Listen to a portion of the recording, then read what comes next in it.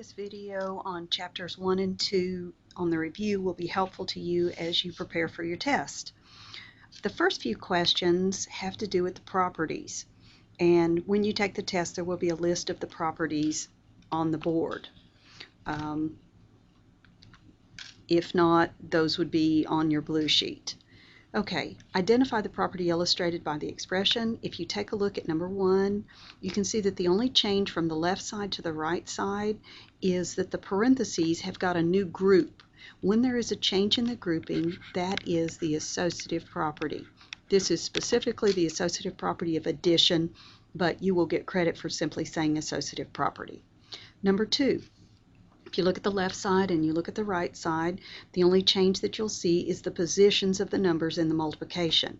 That is an example of the commutative property, and I am just abbreviating on this review. It is the commutative property of multiplication. Number 3, hopefully you recognize that the multiplication has been distributed to the sum inside the parentheses. That makes it the distributive property. And problem number 4, on the left side, you see the product of reciprocals. Reciprocals are multiplicative inverses. This is an example of the inverse property. Okay, moving on to solving equations, I'm going to go down on the page and I will come back up as I need to. So the first thing I need to do is write down, and this is for number 5. Let me switch over to black ink. And problem number 5 is 7x minus parentheses 5x minus 1, look back up at that one more time, is equal to 2. Alright, I have my barrier. I go through my steps. Are there any fractions? No. Can I simplify? Yes, I have distributive property and there is an implied negative 1. So I'll keep my 7x, that becomes minus 5x, but negative 1 times negative 1 becomes positive 1. No change on the right hand side. Combine your like terms. 7x minus 5x is 2x, plus 1 is equal to 2. Subtract 1 from both sides. You'll have 2x is equal to 1. Divide by the coefficient, which is 2. Since 2 does not go into 1 evenly and that fraction cannot be reduced, the problem is finished. That is an example of problem number 1. Problem number 2, I'm sorry, not number 2, it's actually number 6, it's the second of the equations, is 5 parentheses, x plus 5, close parentheses, plus 93 is equal to 9x minus 4 parentheses, x minus 7. Putting in that barrier for the equal sign. There's no fractions, but I can simplify on the left. That's going to give me 5x plus 25 plus 93, and I'm going to finish that left-hand side. I have like constants, so I get 5x plus 118. That's on the left-hand side.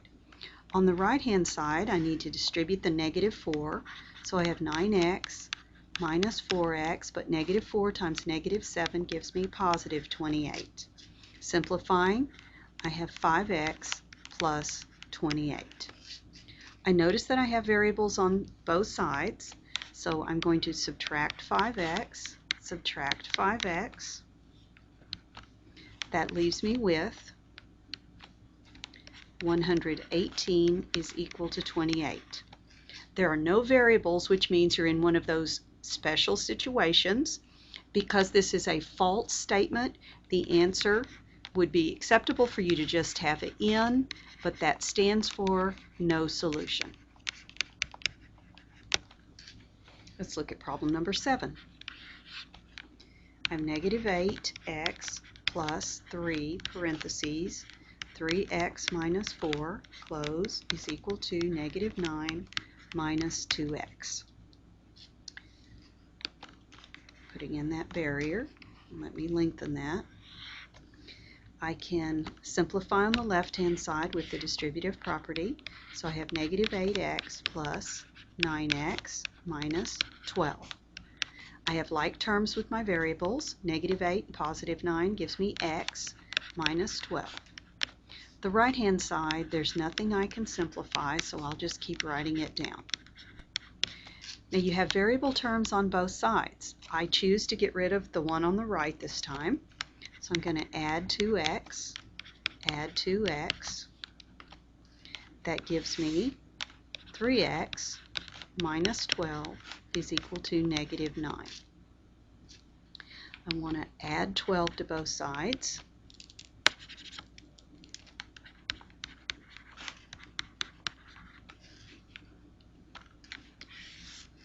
I end up with 3x is equal to 3. Final step, divide by the coefficient. Whoops.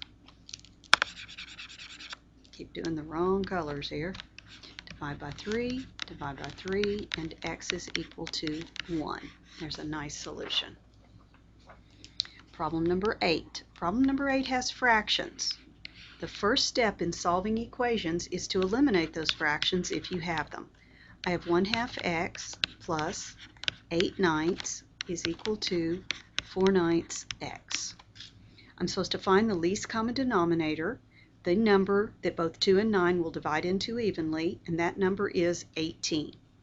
So I'm going to multiply 18 times 1/2 x plus 18 times 8/9 is equal to 18 times, and I am having so much trouble with my colors, 18 times 4/9 x. The reason we did that is that now you can simplify each of those. The 18 is over 1. 2 goes in there once. 2 goes in there 9 times. I have 9 times 1 times x, which is 9x, plus 18 is over 1. 9 goes in there once. 9 goes in there 2 times. 2 times 8 is 16. 9 goes on the right-hand side. 9 goes in there once. 9 goes in there 2 times. 2 times 4 times x is 8x. Now, many of you see that you have variables on both sides, and you would subtract 9x. You could do it the other way. That gives me 16 is equal to negative x. There's an implied 1 there. You're not through with the problem if you get to that point. The coefficient must be positive 1. So I would have to divide both sides by negative 1, and I get negative 16 is equal to x. Equation number 9. I have 6 parentheses x plus 3 minus parentheses 6x plus 18 is equal to 0. I think I forgot my yellow line in the last problem. Alright, I can simplify on the left-hand side using the distributive property. That gives me 6x plus 18. You want to be real careful in this next group because you do need to distribute the negative 1. That gives you minus 6x minus 18. You've got like terms. The 6x and the negative 6x cancel. Positive 18 and the negative 18 cancel. You get 0. And on the right-hand side, you've kept a 0. Once again, the variables are gone. When the variables are gone, you're in a special situation. This one, you can put letter R, but what it stands for is all real numbers. All right, the last of the equations is number 10. And I have 13 parentheses 4x minus 8, close parentheses, is equal to 3x minus 5. All right, I can simplify on the left-hand side. I have 13 times 4x, which is going to give me 52x, minus 13 times 8, which gives me 104, is equal to 3x minus 5. I'm going to subtract 3x from both sides, and that gives me 49x minus 104 is equal to negative 5. I want to add 104 to both sides.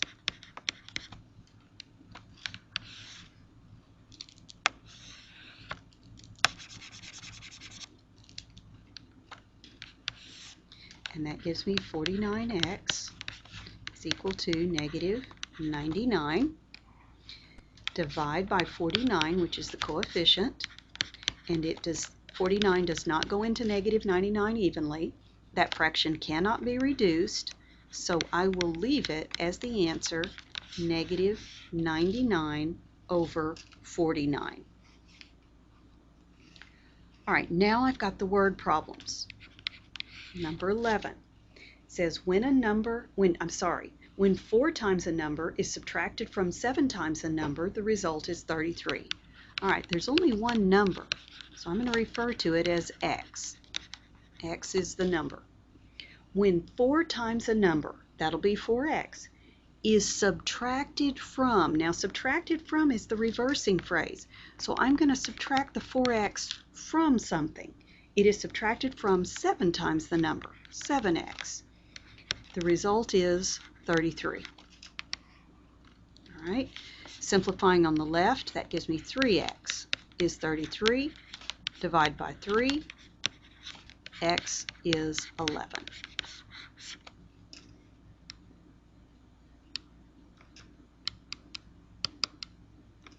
Oops. All right, number 12. It says Mary and her brother John collect foreign coins. Mary has 3 times the number of coins John has. That's the comparison. X will represent John because you don't know anything about his collection. Mary has 3 times as many, so she will be 3x. Please take the time to actually write these two statements down. Together they have 120. Now together means added together. They have 120. The coefficient of x is 1. Add those for 4x is 120. Divide by 4. X is 30. Now be careful. The question at the end of that says, find how many coins Mary has.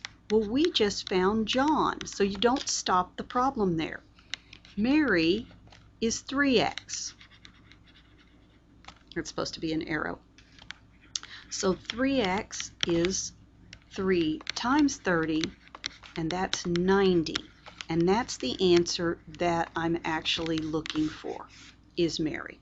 You want to make sure you read the questions carefully. Number 13. It says, the code to unlock a safety deposit box is 3 consecutive odd integers, whose sum is 111. Find the integers. Consecutive odds. That should trigger something in your mind. X will represent the first odd. You would have to increase it by 2 to get to the second odd, and increase it by 4 to get to the third odd. And you will have to remember that from studying your notes. So there will be one similar to this on your test, so you need to make sure you know that. The sum is 111, so x plus 2 plus x plus 4 is 111. Combining like terms on the left, I have 3x plus 6 is 111. I need to subtract 6 from both sides. That's going to give me 3x is equal to 105. Divide by 3, x is equal to, it's going to go in there how many times? 35 times. That is the first number. X plus 2 will give us 37, that's the second number. X plus 4 will give us 39, that's the third number. And the problem does ask you for all of the numbers. Number 14. It says 4 times the difference of a number and 1 is equal to 6 times the sum of the number and 3. I'm going to let x be the number. I always take time to define my variables. 4 times the difference. So a difference is going to be subtraction.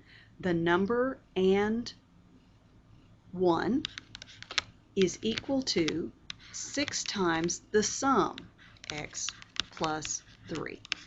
Find the number. Okay. Distributive property on the left gives us 4x minus 4 is equal to 6x plus 18. I have variables on both sides, so I'm going to subtract 4x. That gives me negative 4 is equal to 2x plus 18. Subtract 18. Subtract 18. I have negative 22 is equal to 2x. Divide by 2. Negative 11 is x. That's my number. Number 15. Give myself a little bit more space. This is a liquid mixture problem. And it says, how much pure acid, okay, I've got a little beaker of pure acid. How much? That means I don't know. That's x. Should be added to 3 gallons. Okay, I've got 3 gallons of a 50% solution to create an 80% solution. And how much of this do I have? Well, the only thing I have going for me is the x and the 3x, so it is x plus, I'm sorry, I said 3x, it's just 3. So it's x plus 3. I can write an acid equation that says 100x plus 50 times 3 is equal to 80 times x plus 3. Simplifying on the left, I have 100x plus 150 is equal to distributive property 80x plus 240. I'm going to subtract 80 from both sides. I'm sorry, 80x. Then I have 20x plus 150 is equal to 240. I need to now subtract 150 from both sides. That's going to give me 20x is equal to, what am I going to have over here on this side? I've got 90. Divide by 20, divide by 20. X is equal to, now you could leave this as 9 over 2 or 4.5. If this were MATLAB, it would give you specific instructions about the form of the answer. I will accept either one if you get a decimal on your test. Okay, last of the word problems. Number 16. Sue took her collections of nickels and dimes to deposit in the bank. She had 5 fewer nickels than dimes. X needs to be the number of dimes. Since she had 5 fewer nickels, it's x minus 5 will be the number of nickels. Now I'm going to do my problem in all cents. So I have 10 cents for each one of those x dimes. I have 5 cents for each of those x minus 5 nickels, and I had a total of 5,420 cents. Now that was $54.20 in dollar notation, but I've changed it to cents. So keep the 10x plus distributive property, that's 5x minus 25, and that's equal to 54.20. Well, made a little mess there. That's 15x minus 25 is equal to 54.20. And I'm going to have to pause this for just a moment. All right, now I need to add 25. I'm not changing colors now. That gives me 15x is equal to 54.45. And I need to divide by 15. and x is equal to 363. Now this is the number of dimes. How will I find the number of nickels? Well, he had, or she had, can't even remember, 5 fewer. So that's going to be 363 minus 5, which is 358, and that will be nickels.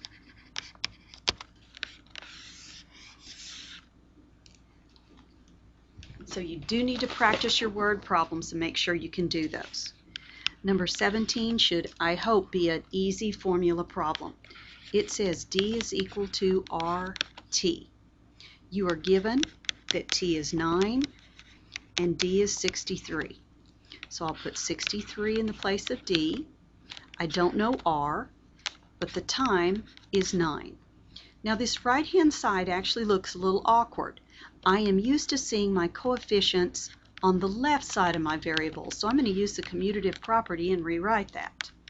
I'm going to divide by 9, and 7 is equal to R. That is actually a time, rate, distance formula. All right, number 18, 19, and 20 are all the inequalities that we just have worked on. Number 18, I have 16x minus 36 is greater than 4 parentheses 3x minus 1. I'm going to simplify on the right side.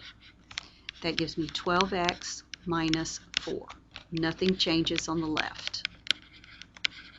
I have variables on both sides. I'm going to subtract 12x. I want my variables on the left on an inequality. That gives me 4x minus 36 is greater than negative 4. Add 36, I get 4x is greater than 32 because I subtracted and kept the sign of the larger. Divide by 4, that's a positive number, so I don't worry about any symbol switching. X is greater than 8. On a number line, I would locate 8. X has to be greater than 8, which is to the right. And I will use a parentheses because it is not included, there is not an equal. As an interval, I'd say left and right, it goes from 8, comma, positive infinity, parentheses, and in this case, parentheses. So you have 1, 2, 3 forms of the answer. Number 19. I have negative 21x plus 9 is less than or equal to negative 3 parentheses 6x minus 8. I'm going to leave this left-hand side. Less than or equal to distributive property. That's negative 18x plus 24. I'm going to add 18x to both sides.